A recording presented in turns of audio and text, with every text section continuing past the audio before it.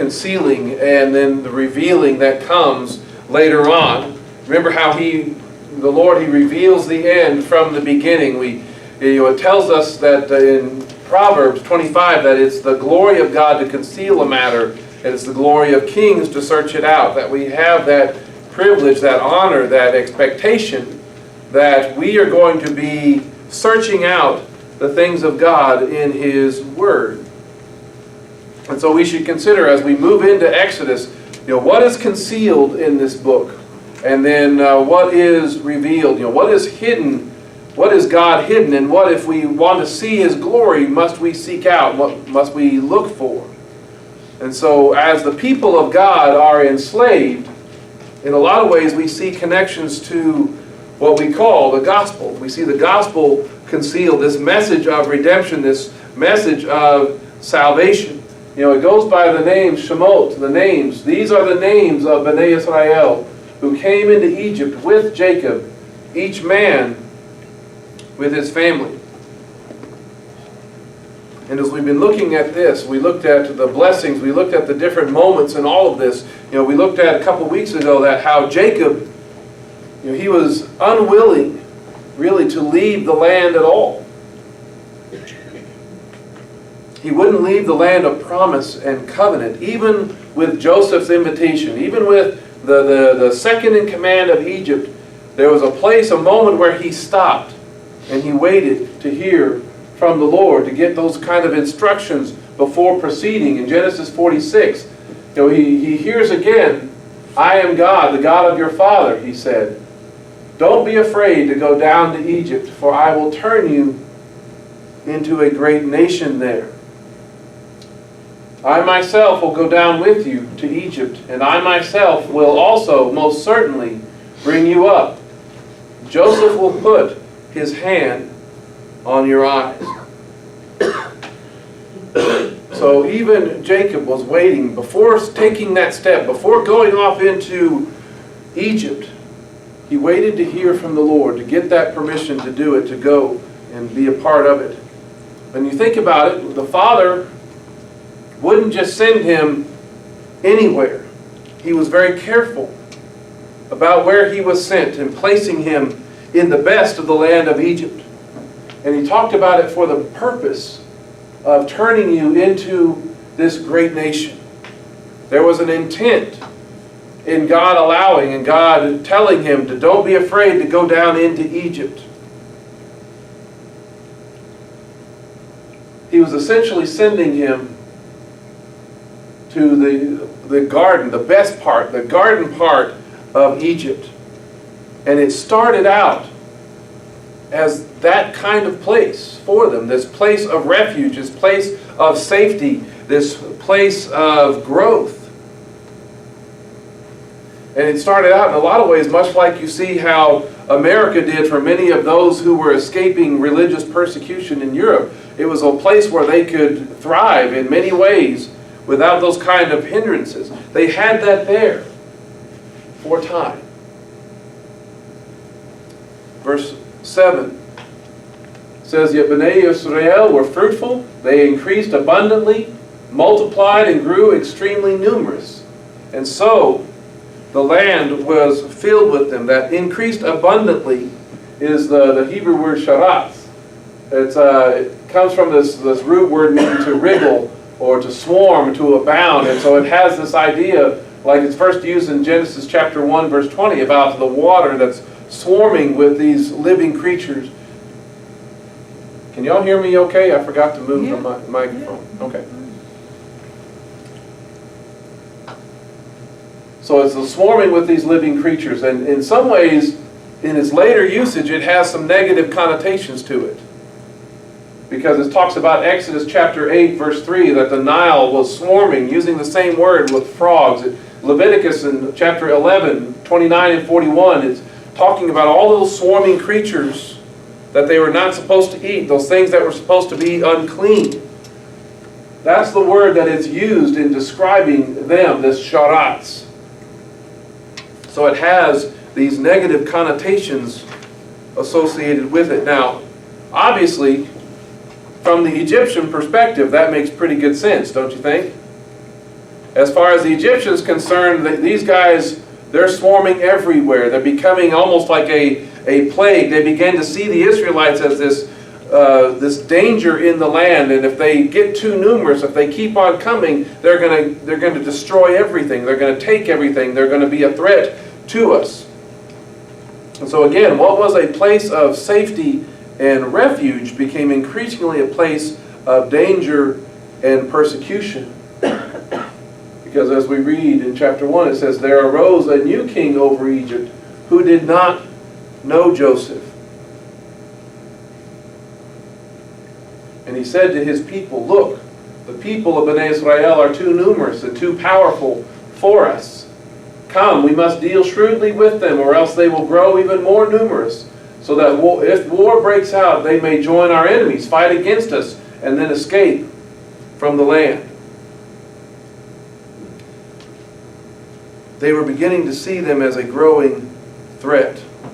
And this is a good reminder for us. What's coming up this year in November? An election, right? We have those every so often. Well, one thing we need to be aware of is that any time there is a transition in a nation's leadership, that can bring some significant impact on the safety, on the freedom of God's people. Y'all realize that, right? Yeah. And that can be the case when you like the guy who gets elected or not. You may like him, and it can still have a big impact on who we are. So any election, even when you like the outcome, can have unexpected changes in attitudes and treatments by those in power.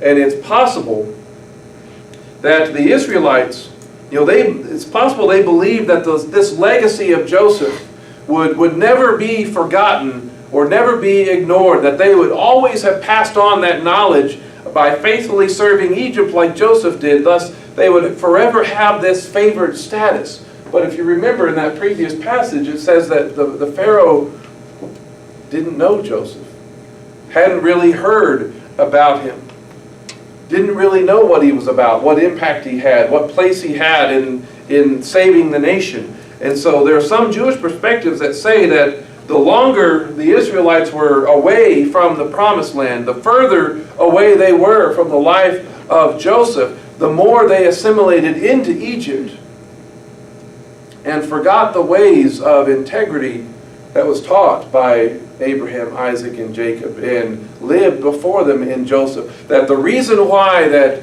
Pharaoh didn't know Joseph is because they no longer saw those kind of qualities of Joseph in the people.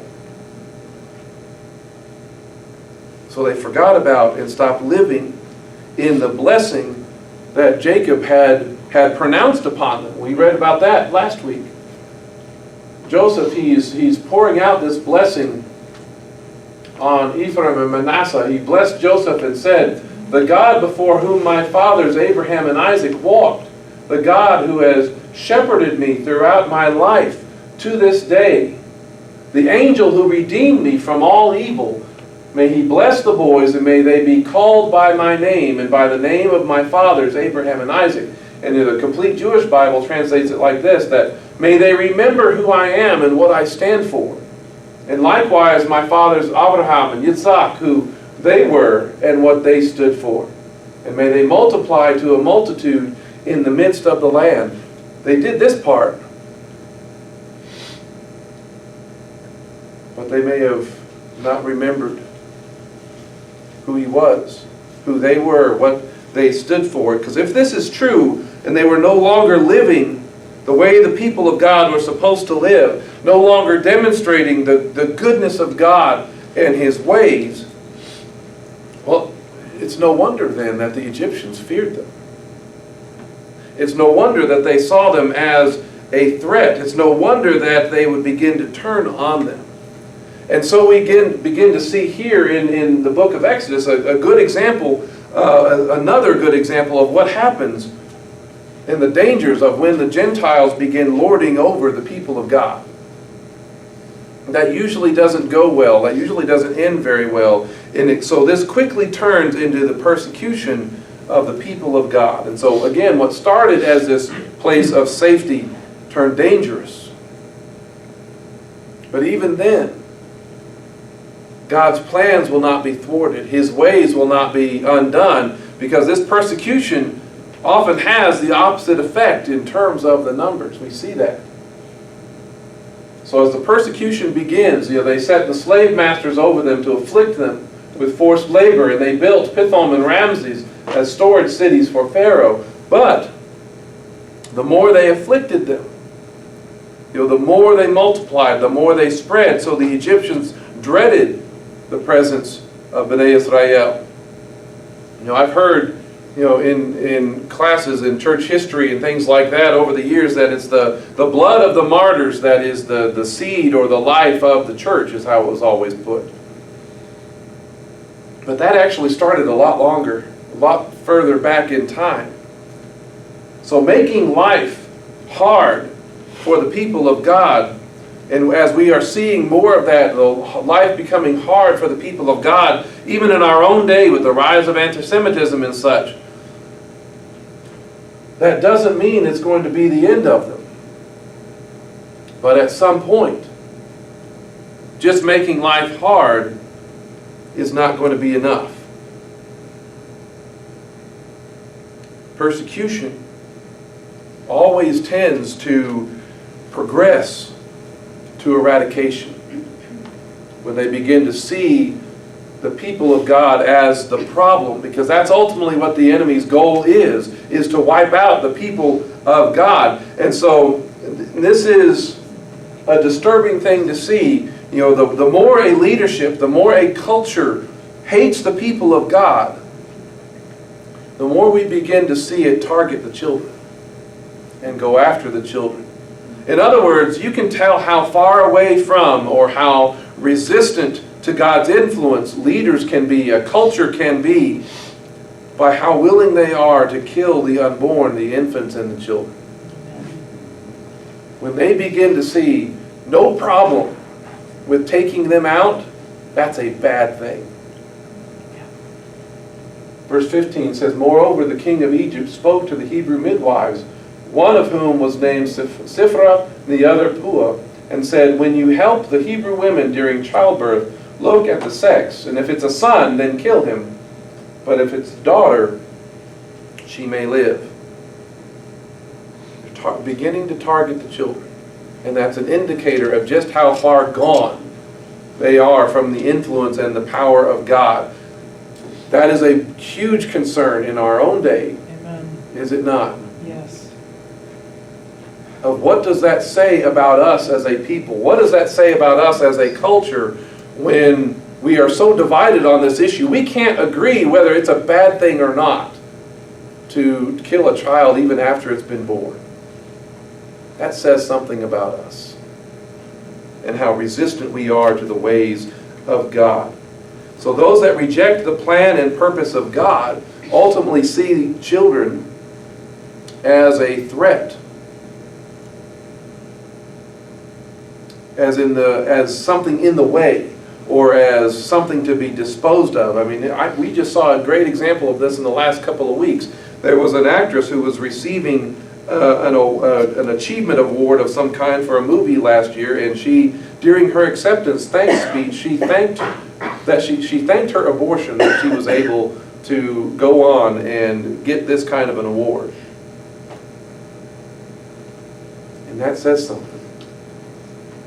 Children, this is what we need to realize, children and innocence,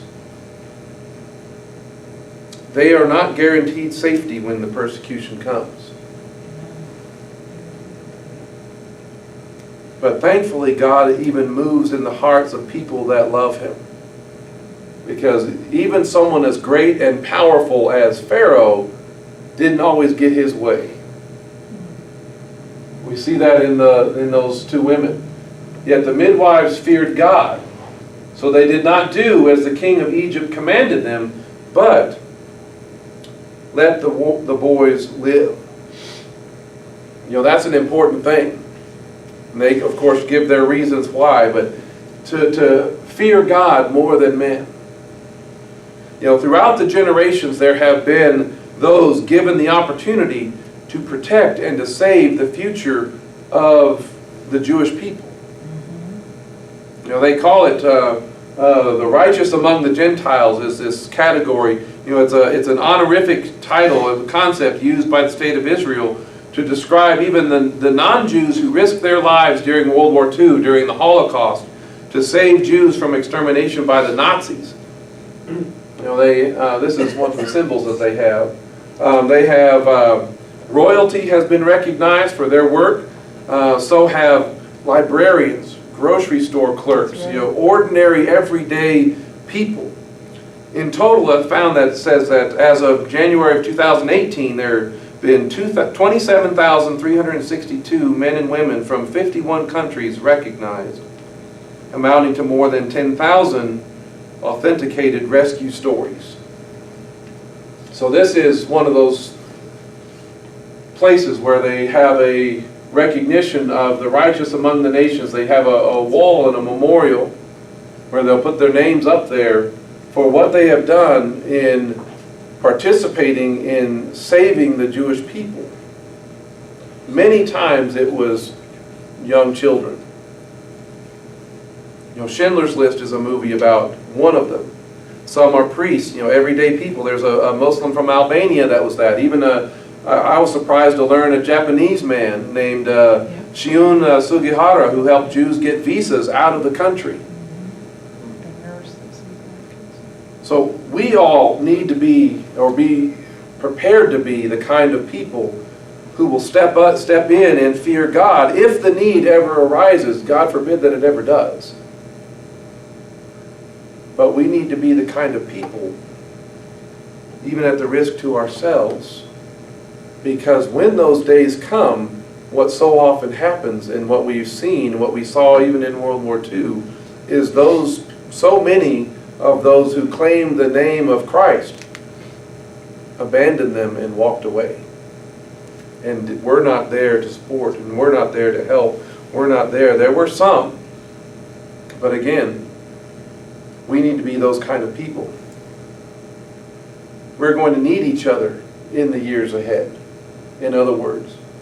And it may not start for some time, but our hearts and our attitudes need to be aware of the possibility. And because with the rise of Israel, with the rise of God's people, when we need to understand that is a threat to the prince of this world.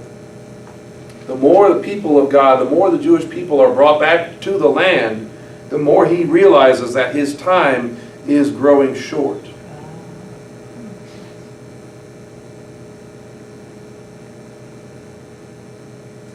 It signifies that his end is near. So the Messiah is coming, and he doesn't know when or he doesn't know how, and so he's going to begin to start the increasing the pressure.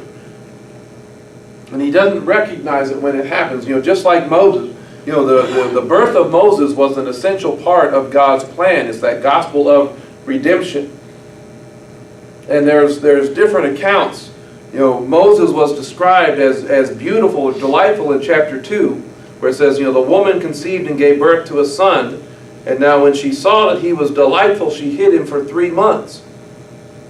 The Hebrew there is the word tov, which means what? It means good. Right? It's the same word that's used back in Genesis chapter 1 to describe the works of God. And in many ways, his life mirrored that of Israel. Here's a Jewish boy born under the edict of death. His survival was thwarted by two other women. Really 3 in a lot of ways, but his mother and his sister, right? And so he was hidden among Egypt when he was small, and he grew for a time under his mother's care, but then he was given to Pharaoh's daughter and raised in the palace of Egypt. In the best of Egypt, that's where Moses was raised. So what started small and started young, just like the 70 that went down into Egypt, grew to become something strong and something powerful.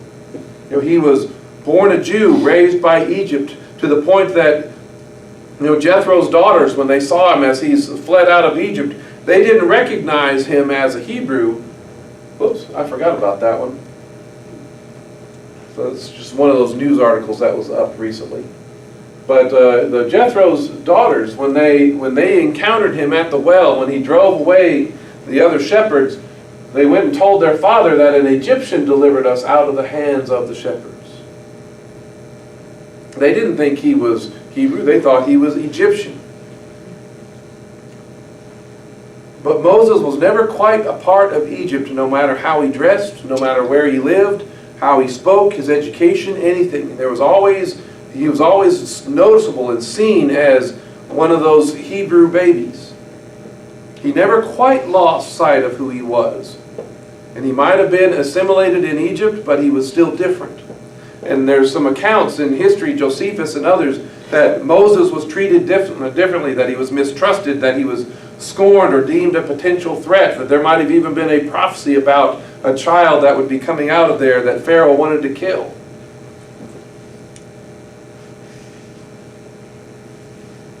But you know, when Moses went out to see his brothers and he saw their burdens and such, as it says,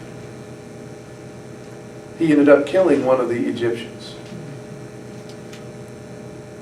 But you know, killing the Egyptians, one at a time, that's not a very effective strategy if you're wanting to save the entire people. He would never be able to deliver them that way. Moses, in his own power, could not, by strength, by military, by power, deliver Israel, despite the fact that Josephus said that he was a successful military general. That was not the way things were going to happen. It required the move and the work of God to accomplish deliverance, to accomplish salvation, and not the work of man. Doesn't that sound familiar? Do we believe in a gospel, a salvation, where you earn it yourself, or you can do it yourself? No. It always requires the move and the work of God on our behalf that we accept and receive. What started good has turned bad. Just like what started in the garden as good has been corrupted and damaged. The garden was an ideal place, but Adam and Eve forgot or ignored the command and the way of God in the same way that the Israelites were forgetting his ways in Egypt, to the point that they were seen as this pestilence, as this dangerous plague. And so in the same way, our own efforts cannot save us, and we need God to hear our cries and deliver us. And I was wanting to share a song with you, actually called Deliver Us.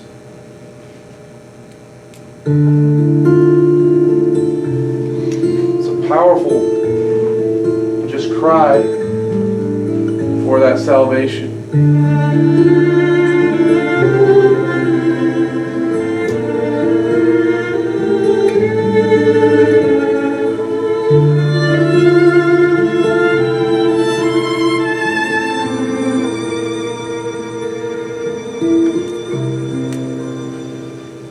Our enemy, our captor, is no Pharaoh on the Nile.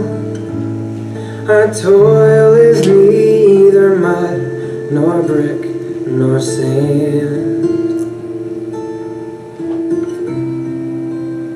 Our ankles bear no calluses from chains, yet, Lord, we're bound. Imprisoned here we dwell in our own land. Deliver us, oh Yahweh, hear our cry, and gather us beneath your wings tonight.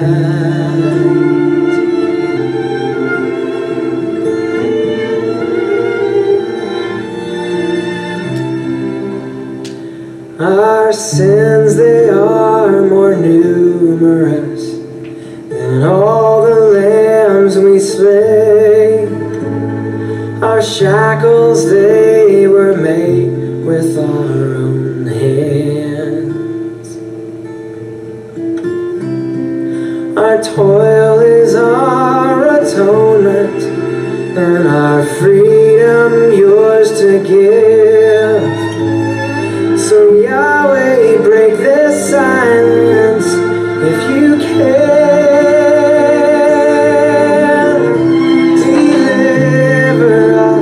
Deliver us, oh Yahweh, hear our cry, and gather us beneath your wings tonight.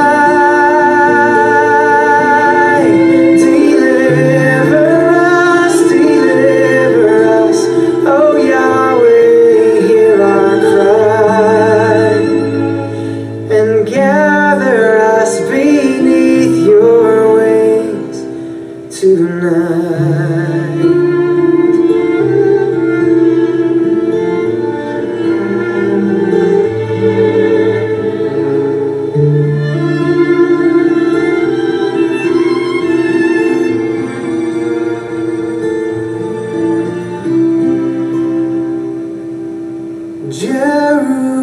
Jerusalem, Jerusalem, how often I have longed to gather you beneath my gentle wings.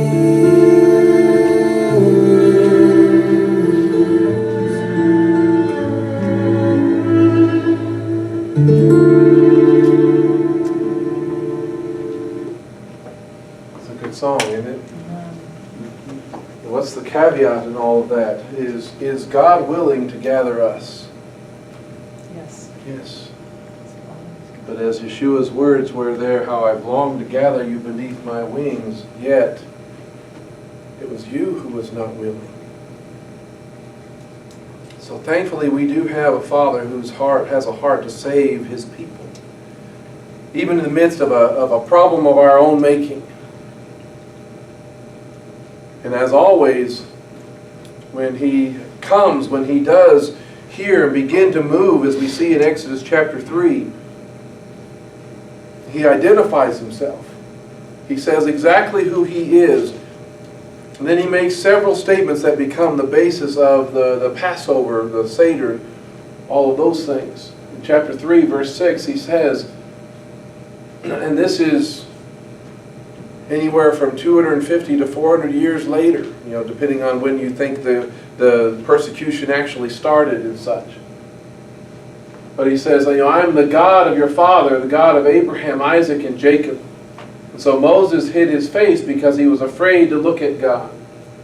Then Adonai said, I have surely seen the affliction of my people who are in Egypt, and I have heard their cry because of their slave masters, for I know of their pains. This says so much about what He is aware of, what's going on. He has seen, He has heard, He knows. So even in the midst of all those times, even though it feels so long that we feel abandoned, that He's not hearing, that He's not responding, He's not answering, it doesn't mean that He doesn't do any of those things. He has seen, He has heard, He does know. And at the right time, in the right moment, He says, I have come down to deliver them out of the hand of the Egyptians, to bring them up out of that land into a good and large land, a land flowing with milk and honey. That's where He is bringing them. And so He sends Moses as this deliverer, as this agent of His, to take and redeem the people out of bondage, out of slavery in Egypt, and lead them to where all this mixed multitude that goes out with them can learn God's ways as His people at Mount Sinai. Or better yet, they can remember who they were supposed to be and who their fathers were and how they lived. So they can be formed into, this mixed multitude can be formed into one people, and then escorted into God's kingdom in the land. That's also the same kind of pattern that we see with Messiah. Yeshua is sent as our deliverer to redeem the people out of bondage to slavery and sin. Yeshua leads this mixed multitude of Jew and Gentile coming together that are supposed to learn and remember God's ways together so they can be made into one people and then be gathered and escorted into God's glorious kingdom together. Those are the things that are hidden. But you know, the first time that Moses, he came as this deliverer, he was somewhat reluctant. He was a little hesitant to take up the role. I could understand that.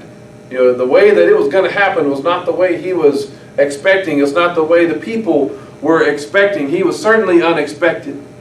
It's almost as if the Israelites didn't think the deliverance would come at all. Or maybe they thought that they had it so figured out that it had to happen a certain way, and when it doesn't meet the expectations of what you think's going to happen, well then it can't be right. Because we're smart enough to figure out what God's going to do, right? Of course we are. Right. See, Moses didn't fit whatever expectation they had in much the same way that Yeshua didn't fit the expectation of those in his day, who were expecting the Messiah ben David, the conquering hero, to come in and save them all, to drive out the enemy. They weren't expecting the one who would come, suffer, and die and redeem.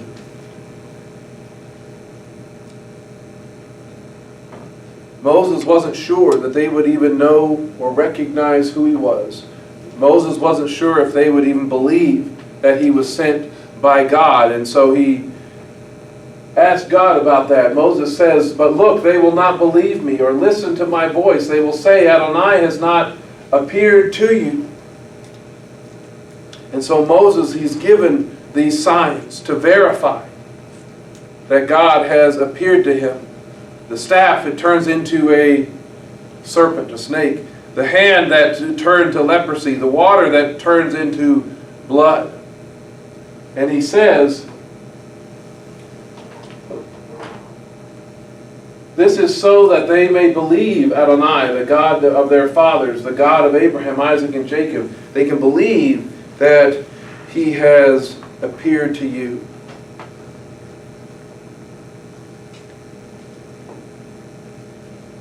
But they call Yeshua, he is the prophet like unto Moses. That's the Messiah who is to come. They're expecting those things. And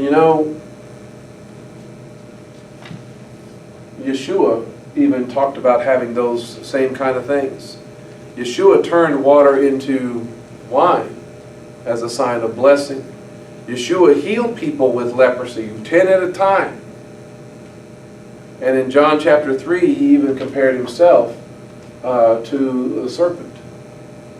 Just as Moses lifted up the serpent in the desert, so the Son of Man must be lifted up, so that whoever believes in him may have eternal life. These moments and these others prompted by Yeshua are in response to those who doubted that he was really sent by God at all. It really says who he is, said he really is who he says he is. And so because of that, Yeshua points to the signs as well in John chapter 10. "If I don't do the works of my Father, don't believe me. But if I do, even if you don't trust me, trust the deeds, the works, the miracles. Then you may come to know and continue to understand that the Father is in me and I am in the Father." It's also in John chapter 14. "Don't you believe that I am in the Father and the Father is in me? The words I say to you I do not speak on my own, but the Father dwelling in me does his works. Believe me that I am in the Father and the Father is in me, or at least believe because of the works themselves." Yeshua called upon those kind of signs. Even he needed some kind of validation in the eyes of those waiting for them. But even then, even in those moments, they didn't always recognize. They didn't want to see what he was doing. Because for many, even those signs were not enough. In many ways, because Yeshua didn't do it the way that he thought he should. And they thought Yeshua's actions would bring even greater hardship upon them. You remember that conversation that the high priest was having? The ruling Kohanim, the Pharisees, called a meeting of the Sanhedrin and says, "What are we doing?" they asked. "This man is performing many signs. If we let him go on like this, everyone will believe in him." Yeah, that would be a huge problem, wouldn't it? And the Romans will come and take away both our holy place and our nation.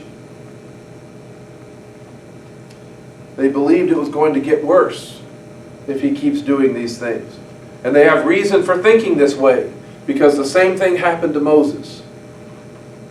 After Moses asked Pharaoh to allow the Israelites to leave on this 3-day trip into the desert to worship God, Pharaoh comes back and says, "Then on the same day Pharaoh commanded the slave masters of the people and their foremen, saying, 'You are not to give the people any more straw to make bricks as before. Let them go and gather straw for themselves, but impose on them the quota of bricks that they made previously. Don't reduce it, for they are lazy. That's why they cry out, saying, Let us go and sacrifice to our God.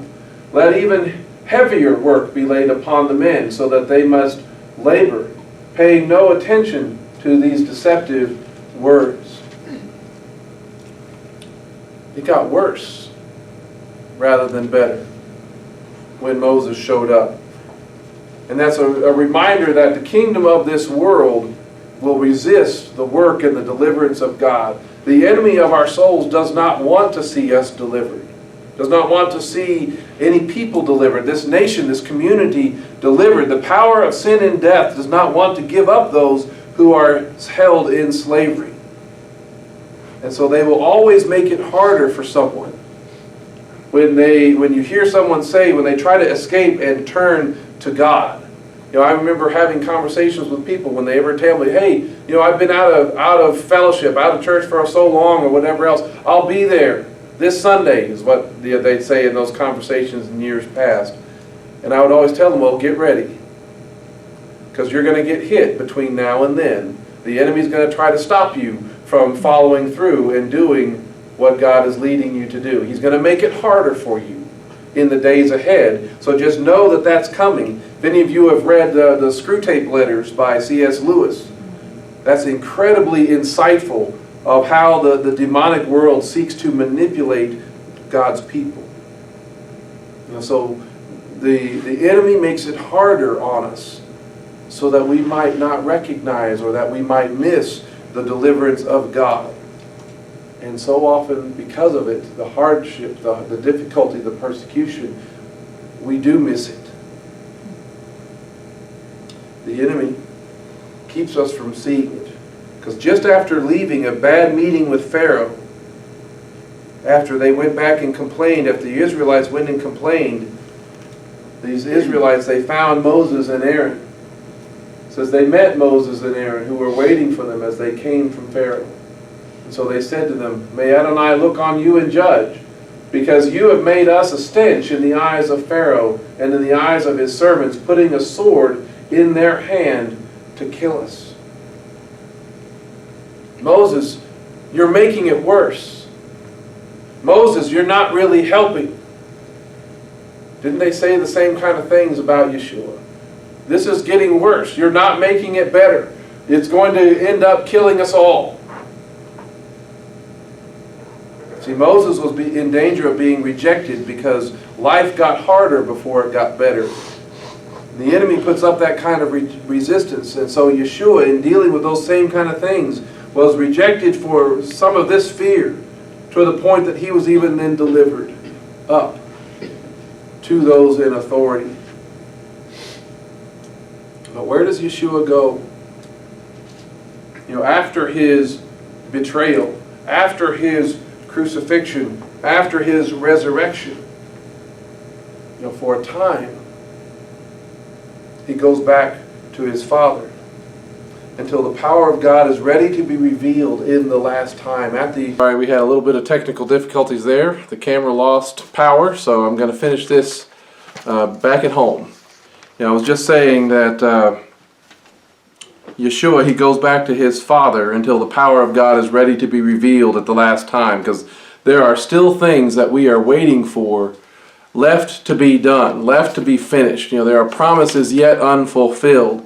So Yeshua, he fulfilled the redemption of sin in his first coming, but he has yet to lead the one people, this people that he is creating of Jew and Gentile coming together as one in Messiah. He has yet to lead them into the kingdom, but that will come on a day of great power and glory and judgment on the kingdoms of the world. And until that time, Yeshua has returned to his Father. And so thankfully, Moses, when he does something similar, in his moment of rejection, he goes to the place he should. He goes to Adonai. But at this point, Moses isn't quite sure of his task. He says, when he returned to Adonai and said, Adonai, why have you brought evil on these people? Is this why you sent me? He says that in chapter 5, verse 22 and 23. He says, ever since I came to Pharaoh to speak in your name, he has brought evil on these people. You have not delivered your people at all. See, unlike Yeshua, Moses didn't know how this was going to turn out. Wasn't sure what was going to go on. He just knew about the rejection. Moses has yet to see his people redeemed. He has yet to see the other side of the Exodus. He has yet to lead the one people to the mountain and into the kingdom.